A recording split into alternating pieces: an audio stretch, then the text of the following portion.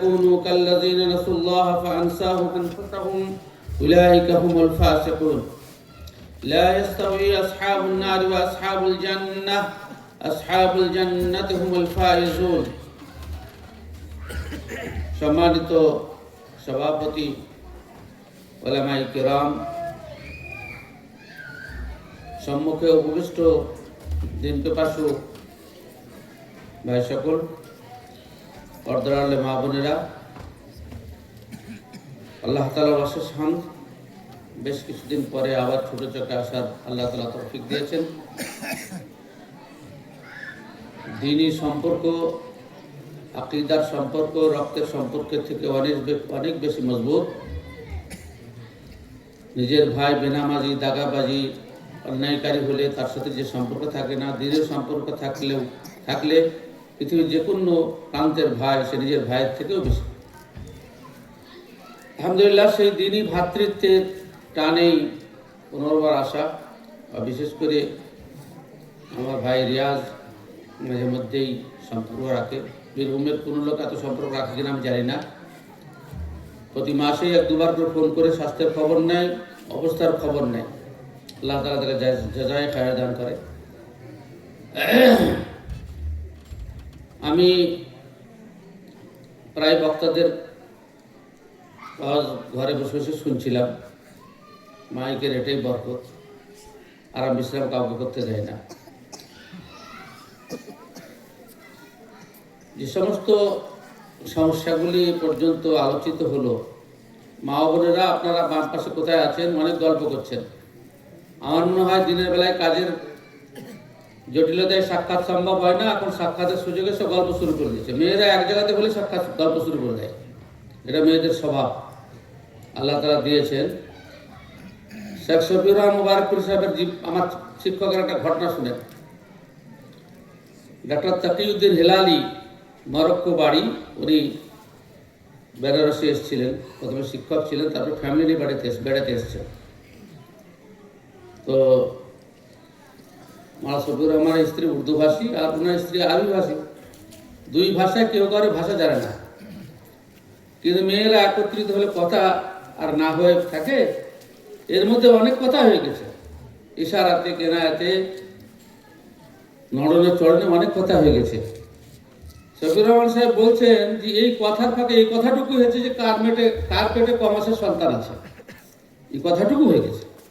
আজব ব্যাপার, এরা কথা বলতে এত ওস্তাদ, ভাষা জানে না তাও কথা বলা হয়ে যায়। এতক্ষণ যা বললেন, আমার বক্তব্যের কথা বললে আমার কানে যদি অন্য দিক থেকে আওয়াজ আসে তা আমি কথা বলতে পারবো না। আল্লাহ রাসূল সাল্লাল্লাহু আলাইহি ওয়াসাল্লাম বলতেন, মালি উনাজিল কোরআন, আমি কোরআনে আমার ডিস্টার্ব কে করছি, পিছনে তোমরা কেউ কিছু পড়িও না। সুতরাং কেউ বাসে গল্প করলে, যে কোরআন তেলাওয়াত করে বক্তব্য দেয়, তার ডিস্টার্ব হয়। আর আমরা তো প্রথাগত বক্তা নয়, মুখস্থ বিদ্যা বলে দিলাম আপনাদেরকে, ব্রেন ডাইভার্ট হয়ে যায় অন্য কোনো শব্দ আসলে। মা বোনেরা কথা বলবেন না। বিশেষ করে এখানে যখন একটা মাদ্রাসা আছে, দ্বীনি শিক্ষা প্রদান করা হয়, তখন সেখানকার মানুষকে লজ্জায় আর একটু ভালো হওয়া দরকার। জানেন, অনেক সময় মানুষের শেয়ার বলে জিনিস পাপ থেকে বাধা দেয়। আমি মৌলবীর ছেলে, মৌলবীর বিবি, অন্যায় কি করে করি? আমাদের গ্রামে মাদ্রাসা আছে, অন্যায় কি করে করি? এটা ভাবা উচিত। আমি শিক্ষা প্রতিষ্ঠানে জড়িত, আমি কি করে অন্যায় করি? ভালো জিনিসের সাথে সম্পর্ক মানুষকে ভালো বানায়, কিন্তু তা যদি না হয়, আমরা খারাপ হয়, তাহলে এটা তো খুবই খারাপ কাজ। এটা ভালো হওয়ার চেষ্টা করেন। আর এইভাবে বসেছেন কেন? এইভাবে মাঝে মধ্যে ফাঁক শয়তান যাতে এসে বসে আর শুশুড়ি দেয় নাকি? মাঝখানে শয়তানে বসার সুযোগ রেখেছেন। মজলিসে জমে বসতে হয়। আর শীতের দিন তো একটু গায়ে ঠাকা হলে গরম ধরে বেশি, ফাঁক হয়ে থাকলে তো শীত লাগবে বেশি। চলে আসুন এদিকে, আগে ভাই, আগে আসেন, আগে আসেন, কথা বলতে ভালো লাগবে। তোমরা খুব ঠান্ডার দিনে করছো, উপরে একটা ছাউনি দিতে হয় না? অসুবিধা নেই, আমরা গান শোনা লোক। হ্যাঁ, যত ঠান্ডা লাগুক আর যতই ভিজি, পেশাব লাগলো তো উঠি না, ওখানে পেশাব করে দিই। তাও যেন গায়কের কোনো পংক্তি আমাদের কান থেকে না ছুটে, আমরা সেইভাবে অভ্যস্ত। হয় না? এটা হয় না? গানের মেলাতে এগুলো তো হয়, এগুলো সে বরকত কত। যাই হোক, এ সমস্ত বক্তব্য শোনার পরে আমার মনে হয়েছে যে মূল সমস্যাতে একটু হাত দেওয়া যায়, দেখি বিচার বিশ্লেষণ করে যে আমাদের সমস্যার সূত্রপাত কোথায়, কোথা থেকে সমস্যা আমাদের এত হচ্ছে। আমরা এক আল্লাহতে বিশ্বাসী, এক রসুলে বিশ্বাসী, আমাদের সকলের একটাই লক্ষ্য জান্নাত পাওয়া, এবং সকলের একটাই ভাবনা জাহান্নাম থেকে যাতে বেঁচে যায়। এরপরেও আমাদের মধ্যে এত কোনো সমস্যা, সমস্যার সূত্রপাত কোথায়, জড় কোথায়, শিকড় কোত্থেকে, শিকড় মানে বীজ কোত্থেকে অঙ্কুরিত হচ্ছে, এটাকে আমাদেরকে ভাবা উচিত। প্রত্যেকটা আলিমকে হোমিওপ্যাথি ডাক্তারের মতো হতে হবে, অ্যালোপ্যাথি ডাক্তারের মতো নয়। অ্যালোপ্যাথি ডাক্তারদেরকে বলা হয় আল ইলাজ বিজিদ, জ্বর হয়েছে উল্টা কিছু দিয়ে দাও যেন ধাক্কা পেয়ে বসে যায়, ক্ষতি যা হবে হোক, ওকে চাপ দিয়ে বসে দাও যে কোনো জিনিস। আর অ্যালোপ্যাথি হচ্ছে, হোমিওপ্যাথি হচ্ছে আল ইলাজ বিল মাসাল, যে কারণে জ্বর হয়েছে সেই কারণটাকে আগে বন্ধ করো। তো আমাদের আসলে আমরা আসল কারণ আমরা খুঁজতে চাই না, এটাই সমস্যা।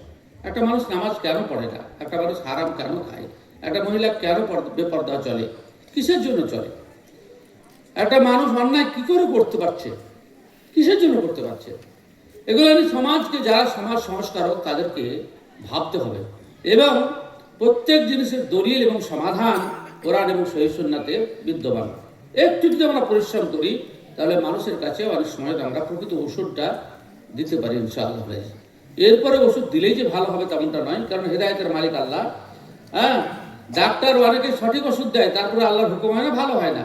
হাদিসে সহিহ বুখারী হাদিসে রাসূল সাল্লাল্লাহু আলাইহি ওয়াসাল্লাম বলেছেন, মা আনজালাল্লাহু দাআন ইল্লা আনজালা বিহি দাওয়াআন ফাইজা ওয়াফাকাত দাওয়াউ দা বারিয়া বিইজনিল্লাহ। আর যে কোনো রোগ আল্লাহ পাঠিয়েছেন তার ওষুধও দিয়েছেন। যখন রোগ অনুযায়ী ওষুধ দেওয়া হয় তো তৃতীয় আর একটা জিনিস লাগে, সেটা হচ্ছে আল্লাহর ইজনি, আল্লাহর হুকুম। আল্লাহর হুকুম ছাড়া ওষুধও কাজ করতে পারে না, আল্লাহর ওষুধ ছাড়া হুকুমও কাজ করতে পারে না।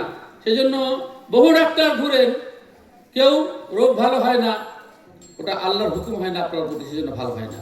সেজন্য জামিয়া শরীফা বেনারসের একটা তখন অস্থায়ী মানে ফার্স্ট এডের মতো হসপিটাল ছিল, তাতে তার দরজার উপরে লেখা ছিল, ওই কালে যারা জামিয়া শরীফে গেছেন লক্ষ্য করেছেন এরা জানি না, তাতে লেখা আছে আইয়ুহাজ যায়ের ইন্নামাদ দাওয়াউ ফাসিলাতুন ফাকাত ফাআকসিরিদ দুআ মিনাদ দাওয়া।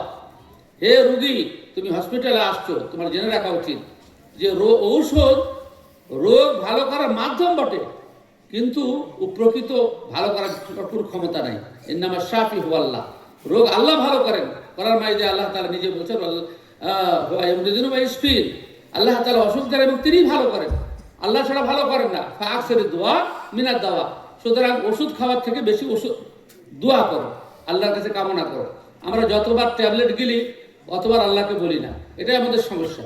অনুরূপভাবে কোরআন এবং সহিহ সুন্নাতে বিদ্যমান দলিল তথ্যাদি জানার পরেও আল্লাহ তাআলা যাকে হেদায়েত দিবেন না, সে হেদায়েত পাবে না। হেদায়েত আল্লাহ তাআলার কাছে কামনা করতে হয়।